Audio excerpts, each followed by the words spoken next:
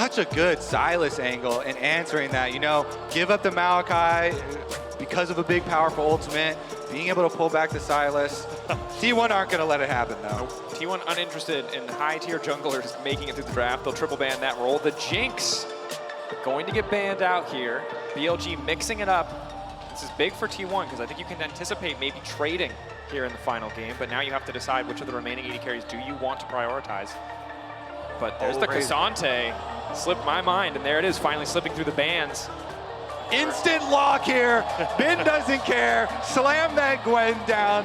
Ooh, love it. Carry on top side here for Bin again, and it can team fight. And I love the Lulu pick as well, because you know that's either Zyra Khan, Zeri Lulu, at least from what we've traditionally seen here. So the fact you end up taking the Lulu means that you don't really want to take the Zeri away, so you're going to more than likely go back towards the Zyra Khan. Yeah, they're all smiles over there. Elka's like, yeah, last time I got to play Zeri with a Lulu pocket and 3 cleanses and Annie shields and Lulu shields all over the place.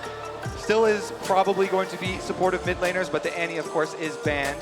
Then he dropped down to like the Lissandras. So no surprise to see immediately the Zeri picked up.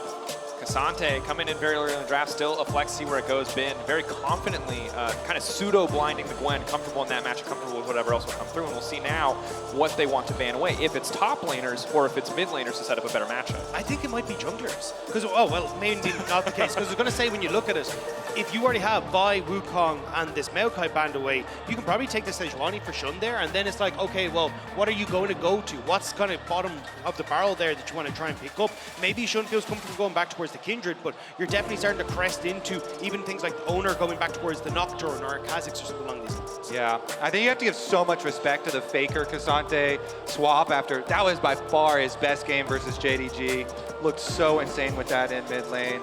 So they're going to cover their bases here, ban out the Talia. Making sure that they do not have the extra tools to protect Elk on the backside. The Talia pick that has been a bit hit or miss, but Yagao, the one really prioritizing in these drafts, is an extra form of protection for Elk so often, as well as a roaming tool.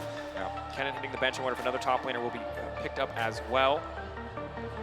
It's going to be the Gragas. Okay, so really respecting the potential for that. So do they want to ban the Nautilus or the Ahri then, I guess, if you're still looking at mid lane? Because the setup power with that Nautilus would be quite big for Yagao as well. I mean, it's kind of tricky, right? Because ultimately, if you go for the Ahri here, it's so easy to immediately swap that Cassante mid lane. Instead, they're going to take the Scion away. And I think that's the big problem, is that oftentimes you've seen Cassante come in as an answer to the Nautilus so well, where you're able to match a lot of the push, you just end up as a beefier, tankier front line, and then the value that you get from this Nautilus oftentimes in the mid lane just starts to disappear. So I like the call from T1 saying, hey, look, if you just take it, Cassante goes mid, but maybe they don't really care. As you can see, it was hover for a split second there, but it looks like they're going to take that jungler for Shun instead first. Holding my breath here.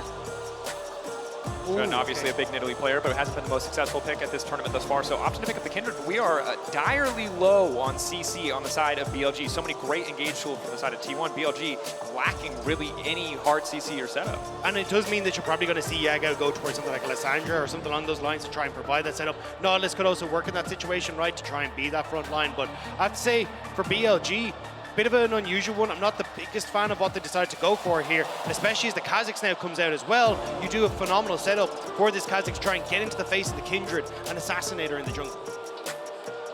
Top 4 here. The Ahri is still on the table, and a lot of the conventional answers into it have been taken away. Jax, Camille, the hover overs, the call out. Zeus feeling confident in the 1v1. He was pretty consistent going ahead early on, and there's the Jax against the Jax master himself, but the Galio. Oh. An excellent synergy pick in terms of the Kindred. A lot of tools to stop people from getting onto your backline. Taunt is such an oppressive ability against so many divers. I mean, this was massive for Yagao across their regular split. 80% win rate in the regular split, and we even got to see it a little bit in playoffs. Like, both the Veigar and the Galio were his 2 standout picks in his pool, and we are going to get to see it. So BLG going back towards a style that was very comfortable for them domestically. Oh, and I always love to see Galio plus Kindred combinations here. Yagao has been so good in this setup meta now where everyone underestimated him as a mid laner. See what he can perform early on with. Certainly pressure, though. Into the Cassante, not always going to be super comfortable. Might just want to clear the wave and walk away. T1 a lot of tools to potentially break open in this early game. The only CC source that's reliable for the side of BLG is the Galio. It's going to be huge for Yagao. He needs to make sure that he's performing in this game. It's pretty much all on him to set these fights up or stop these fights if T1 want to pull the trigger. And I think that's the thing. T1 definitely want to try and jump in on top of you, right? A very short-range composition. But the thing is, a lot of it, when you look at the setup here for BLGs, you don't really have the range to take full advantage of it. Yes, you got the double AD carry, but it still feels like a huge amount of this is going to be a case of, can we spread out these fights? Can we buy space for the double AD carry in the back line? And if you actually find T1 out of position, trying to jump on them is going to be so difficult to do. A lot of counter engage there for BLG. Kindred ultimate, Galio ultimate, peeling back with Lulu. T1 have to be very, very particular with their engages, and especially Keria. A lot riding on Keria's shoulders here with the Rakan. Oftentimes it can be super hard to play that champion into teams that have so much counter engage. Being squishy, possibility of those counter kills. And to all the T1 fans watching this, if you believe in them, they need to hear you now. Their backs are against the wall. It is do or die. When I think of T1 though, and when I think of Cassante for Faker, this has been when they've had their standout moments. This has been where Faker has been able to pop off, step forward, and be that veteran on this T1 roster. Make sure that he is driving T1 forward. And here against BLG once more, it feels like it's going to be resting on his shoulders. See if he can get control with this top side. Very scrappy, very heavy skirmish top side. And I expect to see a lot of that coming where T1 try and look for these invades, see if they can get on towards Shun and support Owner in his endeavor to shut down this Kindred. And the odds just continue to stack against them. Been 12-1 on this Gwen on the international stage. 3 of those wins were versus T1 at MSI finals last year. Whatever happens in the lane, they have to take Bin out of the equation. They have to shut BLG down. Top lane carry matchups here. Zeus versus Bin. This is what a lot of people love to see. Can Zeus bounce back after his mishap in the previous game? Raptors start for Shun on the Kindred. Will be able to get his red buff very early on. Yep, Yagao goes top. They want this Gwen into Cassante. They want the Gwen into Cassante so much more. It does mean that you don't get full value from Yagao's ultimate though when he does hit 6. So I'm curious to see if they do end up swapping back a little bit to make sure that they're going to be safe. But in general, Galio should be relatively safe up in this top side and going to be able to get away from some of this. But already action on the bottom side. Knight coming out early from Keria, just trying to get a bit of extra advantage. Ghost now being popped by Elk. They're trying to poke back, hoping to get at least a summoner back for Guma, but Guma standing strong. Nice little zigzag there. Pops the Ghost for the move speed for the jukes. BLG do end up winning out though. Both summoner spells burnt on support and AD carry, and you can also see just the health trade as well. So BLG still managing to get decent push and not a huge amount wasted as Yago. There you go, gets the knock up, and this is what they're going to say. A lot of it is going to be a case of you being able to dismantle a lot of Zayas trying to go in, as you can try and walk away. Even just stuff like if you're looking at a dive, being able to tank so much of that with that W. And Bane at the moment getting a hell of a good time against this Cassante. Owner spotted out now by Shun. Red buff on both sides, going to pop in. Leap over the wall to take Owner out to safety. Shun, does he want to keep this one going? Has the reset. He's just going to contest here on the bottom side. Potentially setting up for a bot lane dive. They've already got the Ignite and the Ghost out of Guma. Still both flashes up and available, however. And Shun just on the hunt here. Owner not going to spot him out there. I like the pressure here, forcing Owner to come shadow. Shun over the wall, just laying down a bit of damage, making sure the jungler cannot help. So good. Shun playing off his bottom side, pressuring under tower, forces jungler. Taking the time, Glitterlane's going to hit 2. Trying to isolate and shut down the T1 bottom lane. 3 minutes into the game. High stakes potential dive situation here. T1 desperately trying to clear the wave. Kha'Zix on the backside, ready to mark them. Snare already coming through. Guma won't have that cooldown for the next few seconds. But they've cleared enough of the wave that BLG do not pull the trigger on the dive. And this pressure is so good for BLG, just mirroring jungles and waiting for Scuttle Crab spawns. It's a bottom side Scuttle Crab with the mark as well for Shun. In the mid lane. In addition to denying those minions on bottom side, look at the Xayah already, again, falling behind in minions. Owner's reset though, and Shun knows that he's moving back down. Bin onto Faker in the mid, but bot lane, the repeat dive is around. Just continuing to outtrade in the mid lane. Guma now going to be in trouble. Carry has to do everything he can to protect his AD carry, but it might not be enough. Guma taking out the dive clean this time. They won't fumble it again. Elk gonna walk away, blinking, but still standing. Really good stuff there by On Lulu. Hits him with the polymorph, tanks tower, flashes out, secures the kill for the team, gives it to the Kindred. I honestly even like that more than giving it. Waiting to see if Ben wants to go for it. 4 stacks of the snip snip. Owner now coming in. Maybe can punish Ben for playing so aggressively in the mid lane. Ben's got flash too. Ben just a quick dash out to safety, a bit of poke to even up the lane matchup, but right now everything going in the favor of BLG. 800 gold in their favor at this stage of the game already. But the thing is, Owner hasn't got to clear his top side at all this entire game. Same when you kind of look across at Shun, so much of that focus has been on that bottom side of the map that we're not seeing a huge amount of CS picked up, and for Owner, that's going to end up setting him behind because he needs to be in a position where he's in the lead. Look, Kindred is the same. You want this AD carry to be pumping out damage, but at least you get value from that Lamb's respite. You get value from the kill he's managed to pick up. But Owner's been trying to just keep T1 in check, and as a result is starting to fall behind the rest of the game. Yeah, and that's why I really like the Kindred actually getting that kill there. Pickaxe right back out onto the map. He gets to move that advantage around. Knock up there though. Clean immediate fall at the snare. Now going to come back. Guma and Carrier fighting back, finding a kill on the bottom side. A clean pickoff. That is much needed for T1. Big stuff there. Gold going into Gumayushi, helping him catch right back up. Crucial that they're able to find those avenues, especially with how difficult mid lane was going early on in the game. Faker now feeling a bit more comfortable. Wandering out of lane as he has a brief moment where the wave is pushed in, can clear out some of this vision, take a bit more control on the top side. We check in, of course, the Galio. Can try and trade against the Jax, but will not have an all-in threat here. Is just set up there to survive, see when they can actually enable Yagao to free up on the map, as you mentioned earlier, Dagda. Now Shun uncontested as he starts the Infernal Drake. Yep. They should be able to pick up this objective. We do have the support recalls, though, so Carrier's back out on the map, going to come over, pop the Scryer's Bloom. Nice little window, though, of course, T1. Nice punishment on. They know he didn't have flash. Owner positioning for another steal. Blast cone in, jump out. For an angle. Death going to take this one away, and he gets it! My God. Every time! Damn, that feels so good as a jungler. He's in his head. You are mine. Another smite steal for Owner. I mean, at what point do we take the title away from Dandy? When is Owner the new Prince of Thieves as he finds yet another objective steal in this game? Faker now moving up to the top lane. Ulti available as well. Yagao has to be careful to survive here. Trying to clear the wave, trying to delete it as quickly as he can. Just Galio things. Yeah, walk up, big AoE auto, clears it out. Yeah, as he said, he went after shock brome plating. Yagao's just looking to hold up there, but bottom side on, caught out again. Elk not able to do anything here on the bottom side. Guma finding another kill.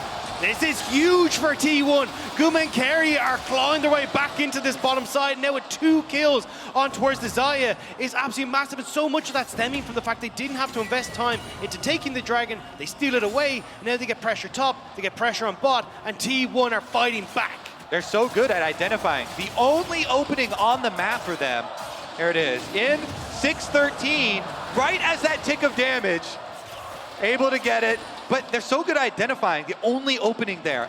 He just pulled off a tower dive on us and he flashed out. Okay, we're gonna punish him for it over and over. Carry a lockup, blade caller from Guma, Owner even goes down there, and that's back-to-back plays to punish that offensively blown flash. It's also the fact that Carey is coming completely out of vision every time he's going on to him. He can't get polymorphed as he's coming through because he's just moving too quickly, so On isn't getting that opportunity to try and disengage. So really good stuff from Team 1's bottom lane, and just setting themselves up now for the first time really having, well, I'll say the kill advantage. Still a good bit of that CS lead is going across towards Elk at the moment, though. Certainly is. Something to keep track of as we get later in the game, these first item spikes especially. Herald now spawned and available, see which side wants to force for it. You see pings coming down onto it from Shun. T1 and the Xayah Rakan, we were promised that this is a duo that you cannot give them. BLG managed to beat it in game 1, but game 2 off to an incredibly good start for the T1 bottom lane. Now I want to see if BLG can try and use this for the Rift Herald. A lot of their combo relying on the fact that Yagao is now hit level 6. Bin has control over that mid lane as well. And even Elk and On, you can see starting to get pushed in the spot side. Will actually spot out Carrier. Faker isn't in a position to really follow up here. Knock up, flashed out immediately. I like this fight because as long as BLG keep the bottom lanes from roaming, there is an advantage for them on the top side. Yagao trying to push out. Taunt gonna land.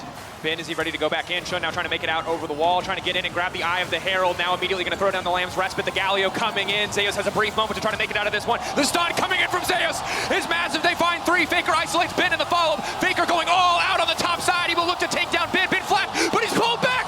And from over the wall, Faker finds reset. Elk looking to find the fight, but there is no fight left for BLG. Elk, though, continuing to defy expectations, leaping out over the wall. Carrier ready to follow, Carrier ready to respond. The red buff, will it be enough? Belk finally taken down as Carrier takes the kill. And in game 3, T1 are coming alive. They find the fight in the pit. They managed to get the kills on BLG, and BLG left scrambling in this one. They see the engage on the Faker, but Shun under so much pressure from Zeus, they all try to fall back. But the problem is, they invest everything while this Lamb's respite is still up. Zeus doesn't go down. Incredible flash forward there to stun all 3 members and set up for T1 on that top side. Elk does manage to come in and get himself a double kill as they manage to rotate faster, but as T1's bot lane matches, that's where it's fall apart for BLG. Yeah, you can see the split second in the shot calling change on the side of BLG. Carrier here does get a little bit of chunk damage onto Shun.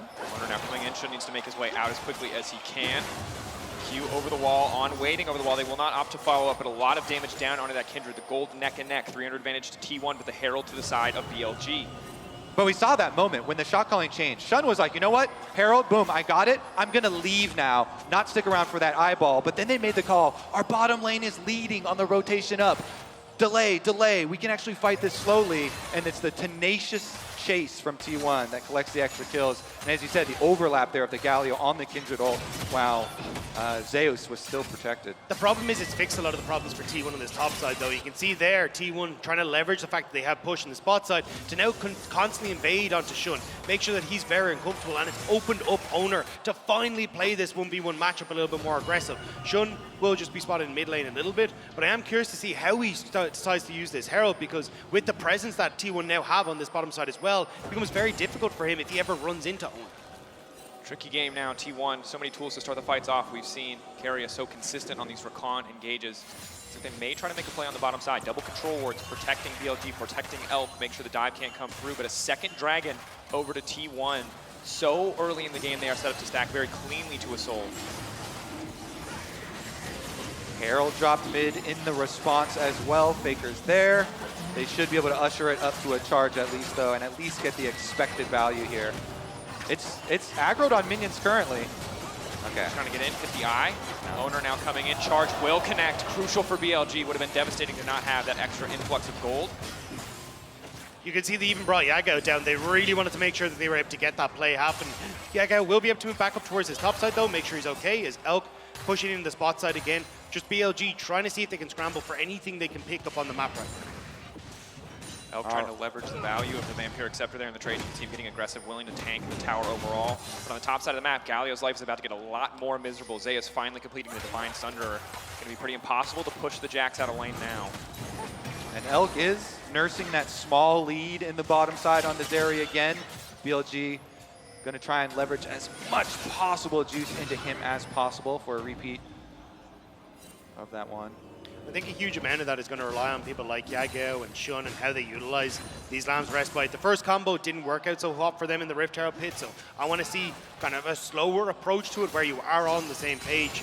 If you can get it done, it does make it very hard for people like Oner or Zeus to get value, but if Faker is able to drag you out of these ultimates, make sure that you're in a much better spot, that's where T1 can really thrive. Even the fact that Gumayusi can play so far forward with this Featherstorm as well, you have to be so careful as BLG about how you approach these fights. Yeah, the timing they're going for is difficult. To get Galio ult to come down just after the Kindred ult explodes so that you can make use of the knockup and actually get DPS down there instead of being nullified by your own invulnerability ultimate is a hard timing to hit, but they got to work on that.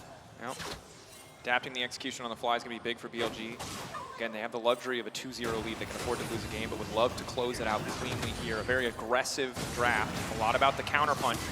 Zeus and Yagao trade back on the top side. Just casual 100 healing coming in from a Divine Sunder. That feels pretty great. And I think that's where you're going to have to see this matchup probably change on the top side. I know it's not great for the Gwen either in like a lot of situations, especially with the Divine Sunder already completed versus just been not having that Rift Maker completed. But you need to get access to Yagao's towards multiple side lanes. Also the fact again, I mean, Zay's just free farming up here this whole time. Faker fishing, trying to find an angle, pulling him back into the waiting arms of Oner. Oner trying to finish the job, Ben trying to heal up. A Ben will get taken down. Oner finding the kill in the mid lane. Big stuff for T1 to get some more money on him. He's got that lethality spike. The cheap Umbral Glaive plus serrated Dirk here. And that damage is enough. Elk's gonna cruise on in to say hello to Faker and pick up the minion wave as they exit. More resources in the back pocket of Elk, certainly, but good that they're able to slow down Bin, who was dominating at least in the 1v1 trades. Take him a little bit more slow, weaken him overall. We've seen once you get a death cap, once you get 2 or 3 items on this Gwen, she can be a team fight terror, so slowing that down is big. And across the map, you can see here, gold differences only in the bot lane and a tiny one in the jungle for the side of BLG. Yeah, and the big leverage there for Zeus when he was able to slingshot ahead was that Rift Herald fight where T1 tracked down those kills. Now we get the rotation, put him inside lane, Divine Sunder, Jax, keep on bottom side, rotate AD carries mid to push out the waves. And again, second Rift Herald is up and available. So rotating your vision over here. There's not really much here that BLG can really respond with, though. As you say, like, T1 have just so much control over the map. You're waiting for that Mountain Dragon that's in a minute and a half, and when you're able to have Zeus continuously push against Yago, he's going to have amazing control, should be able to get a good amount of control over the river as well. And even when you look at Gumayushi as well, the wave clear that he has, you're just constantly getting mid and bot prio to move into river, and it makes it so hard for BLG to do anything, which is why we see Shun trying to move down towards this bot side, trying to make a play as the Rift Herald is being taken. Yeah, they know, so they're trying to trade away, cross-map play here, but scouted out by the ward. Means it might be a little bit of extra resources here. Keria comes down to Shadow, so that there's not too much extra pressure on Zeus at that tower. Mirroring the support roam here from On, setting up that vision preemptively for the arrival of our Mountain Drake. Good that Carry is there to cover to stop any potential dives here. BLG trading a guaranteed Herald for a potential play on the bottom side as they were a bit behind on the take, and now the T1 will have to see where they want to leverage that pressure point. If they can start to break open mid, the game gets a lot easier. Good little mark pull here for Shun, is at 2 now as we get our resets for the Dragon. Trying to retake now for Owner, or for T1 is so difficult. They know their red quadrant of the jungle has to be littered with wards because they just saw the big power move from BLG setting up for this Dragon. And so now they're cautiously retaking this area to give them some sort of footing with which to start up this contest. Again, though, I think you're relatively okay to do this as T1.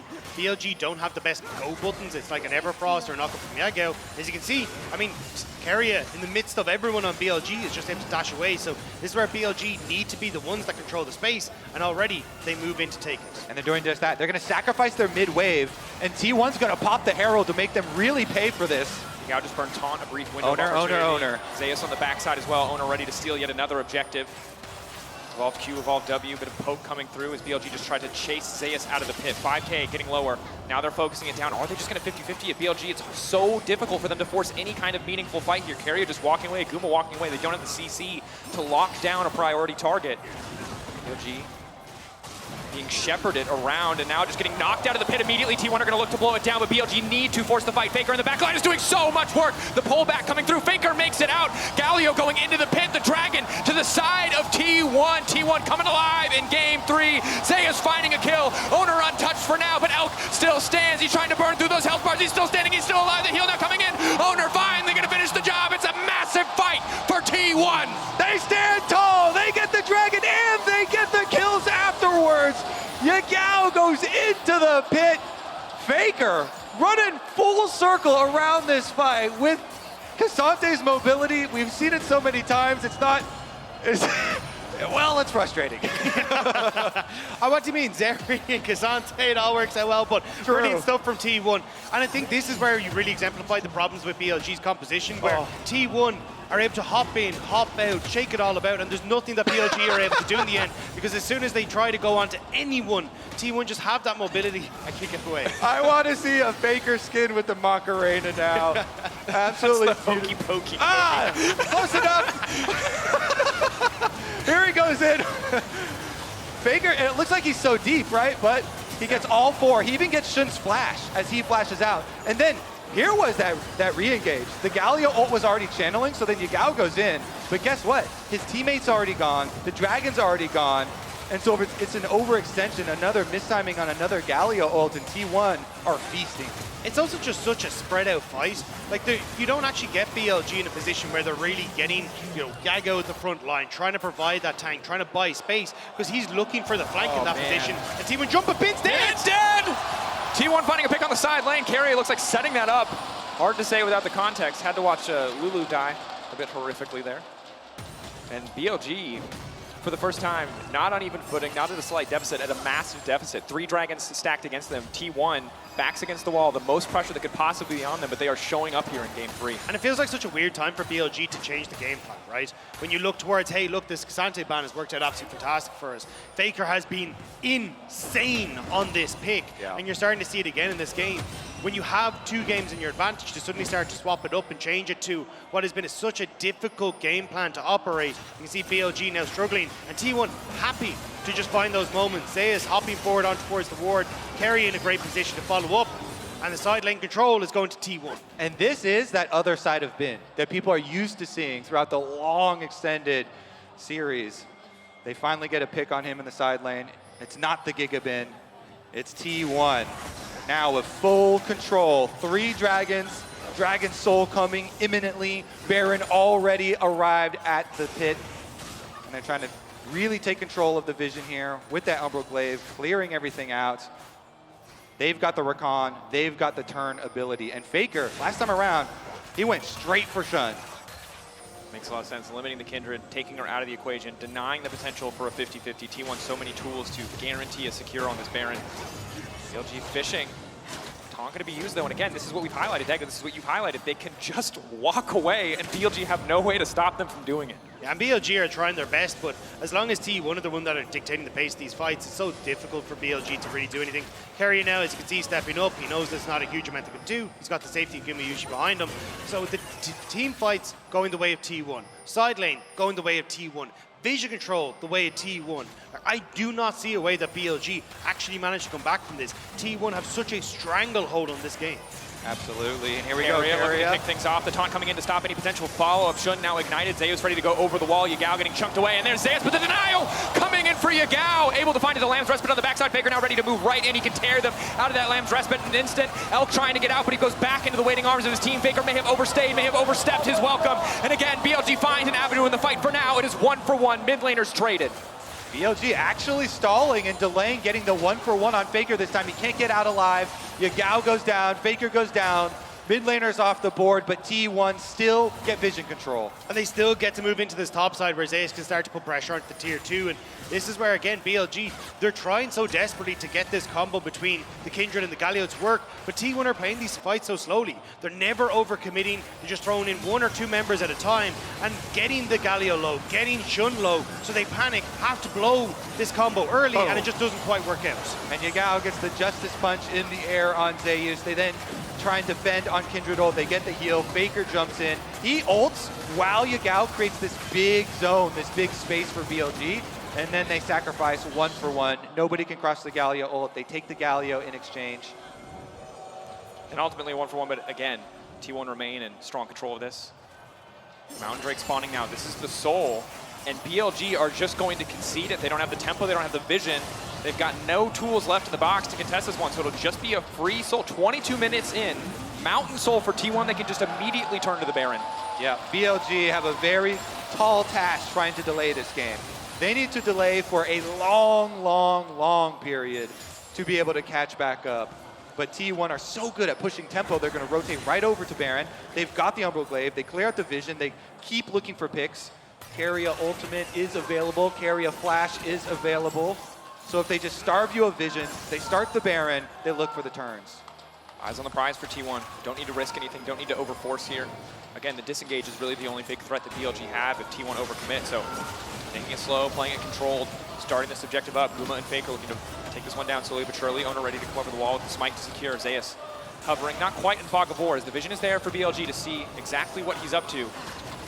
Kindred can throw down the Lamb's Respite to slow this one. Owner going over the wall, now the fight kicking off, but Carry already ready to engage on, getting lower and lower. Lamb's Respite again, getting a moment. Elk over the wall, but he's not really able to hit any priority targets. And Guma setting up the feathers in the choke. There's no angle here for BLG to fight. Forced away, blinking health bars. It's the Baron for T1. No ultimate on Yagao. It only just come off cooldown, so T1 find that window of opportunity, jump onto BLG, and now the Baron is theirs. BLG trying to see if they can remount an offense though. Faker can just ult Shun out of the pick, can deny him access, but Bin waiting over the wall as well. BLG, no, it's all or nothing. It is now or never, but the jungler taken out of the equation. Shun barely able to escape, but Faker secures the Baron for his team. Bin now moving in, taking out Faker, but BLG, there is no fight left. It is the Baron, it is the soul for the side of T1, only at the cost of Faker's life. Noble sacrifice there from the T1 mid laner.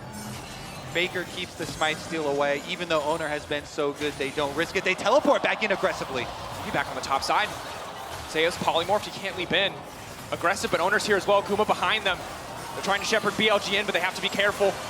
Yagao, Gwen now immune, Feathers now flying. Shun looking to follow up. Gumishi can just pull them back. He's got so much zone control, but it's an aggressive TP. They do not want to give BLG the chance to back and reset.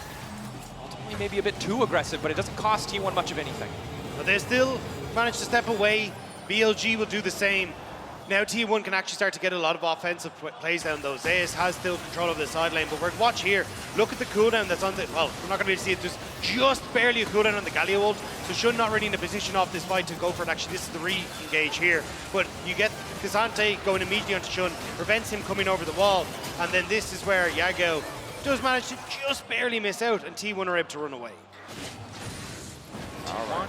I mean, ever since I've gotten control in this game, they have not been giving a single inch to BLG, and yes, part of that is BLG have a limited composition in terms of what it can do, but this is the version of T1 that fans wanted to see, the one that will choke you out, that will take over in the early game and keep that ball rolling. Yeah, honestly, the Kindred ult now is only like delaying the might of T1. They're still able to run BLG off of their own defensive cooldowns here, even at tower, aggressive positioning. Guma Gale Force, stopwatch now coming out. BLG just pushing back in, using so many resources just to deny the wave. They do get the Gale Force from Guma, but not a lot else. And Owner's going to be able to 1-4 here. The jungler, Kha'Zix, with the Baron buff, easily gets secondary tower. The rest of the team forcing BLG back. Baron-empowered cannon minions slowly chunking away. Well, continuing to step forward here, but has to be careful. A single misstep could cost him his life in the game for BLG. 2 minutes and 30 seconds till Elder is on the table. I don't think T1 have any real reason to flip it for that objective. Can just continue to press in with this Baron. 42 seconds left. I think that Elder is kind of the last remaining opportunity for BLG. Bin launches himself into the pit. Yagao follows up. Maybe he can buy some space, but T1 may not give him that opportunity. Zeus looking for the flank, trying to see if he can get in. Owner onto Bin in the mid lane. Bin just getting chunked out in the mid lane, firing back the snip. Here comes Elk as well. Owner just going to leap out to safety and walk away. And again, BLG, even if they find an avenue of attack, every single cooldown on T1 needs to be down for them to find a single pick or kill. Yeah, BLG are looking 10, 15, even 20 minutes into the future here. Just trying to hold, trying to farm. T1 want to put as much pressure on them as possible. Getting these secondary towers down, increasing that gold lead, really starts to balloon now. You have to get creative here as BLG. If you just go up into a straight up 5v5, T1 are going to take it. And the opportunity here for T1, look, the Baron buff is gone, but they're still going to put pressure on the top side, try and take that last outer structure as Bin, but because The dash out to safety, able to get away from the charm as well as the knockup. Only going to cost him his ultimate, which will matter in fights to come, but I think for now just going to try to clear the wave. All right, Rakan ultimate for Gwen ultimate here. And T1 reestablishing same game plan. Take away all vision through jungle. Keep BLG pinned inside their own territory. So easy now, a minute left until the Elder. Most of their waves pushing. T1 laying down this deep vision that's going to make it so hard for BLG to retake. It feels all but certain to be a T1 win. BLG desperately need to find that avenue of attack, but the options are so limited. And T1, the only reason they're being a bit slow with this magnificent lead that they have is because they need to draw BLG out into the open. Because BLG have so many defensives here under tower, there's only so much forcing you can do. Wait for the Elder Dragon, draw them out into the open. Then you have so many avenues for attacks. the Lord Dominus Regard being completed for Elk is really nice against how beefy T1 is, but I really don't think at this stage it's going to make that much of a difference. T1, as you say, Kobe, playing this nice and slow. It's kind of like a lose-lose for BLG. You don't want to leave your base because then, as you say, T1 can jump on you, but you have to leave your base because it's 5 seconds till Elder. So you've now lost all vision control, and it gives an opportunity for T1 to continue to just play forward here. Trying to threaten the mid lane. Shun immediately going to get isolated, forced to flash out to safety, walking back the waiting arms of his team. They're really just trying to get mid control so they have an avenue to attack this Drake. Jack's coming around for a flank too. Look at the mini-map here. Zeus is walking the long way around. Top lane, here he comes. Here comes the engage. Carry not going to make it over the wall, though. That's disastrous. Elk delivered into the waiting arms anyway, though. Here comes Yagao trying to knock him up. Elk still untouched. Carria whiffs on the knockup. I think anticipation, but it's all starting to fall apart. T1 still favored in the fight. Guma continuing to lay down the feathers, but Elk is standing strong. Bin in the mid lane doing what he can to heal up against Faker. The flash to the side, looking for the snip. Zeus ready to go in. The stun, getting connect. Zeus finding the kill, finding the angle. T1 holding on, barreling down the mid lane. BLG may have bought themselves a moment, but that's about it. The health bars are too low for T1 though. BLG will manage to push them back and get out of the base. T1 tried to come in on too many sides and somehow Elk manages to step away. But T1, they reset, they go to the dragon, and they will pick it up. Yeah, that last fight was killer for T1. Bin wanted the 1v1 with Faker, but guess what? Zeus has his back, the Jax comes over, they also kill the top laner, and that means T1 take Elder. Now they've got the execution power to go for Baron. You want to double up your Uber buffs, and T1 will come knocking at your door with Elder Dragon as well as Baron. BLG, it's just too risky to fight an Elder Dragon out in the open towards Baron, so now they really have to bunker down. And where's your ults? Shun has no Lamb's Respite, no Grand Entrance for Yagao. You have nothing here that can actually set you up for this team fight. And T1 are aware of it, whereas you look across, the shorter cooldowns coming in clutch now on those ultimates. You have the Elder buff, you have the ults, you have no hope for BLG. It would take an impossible fight.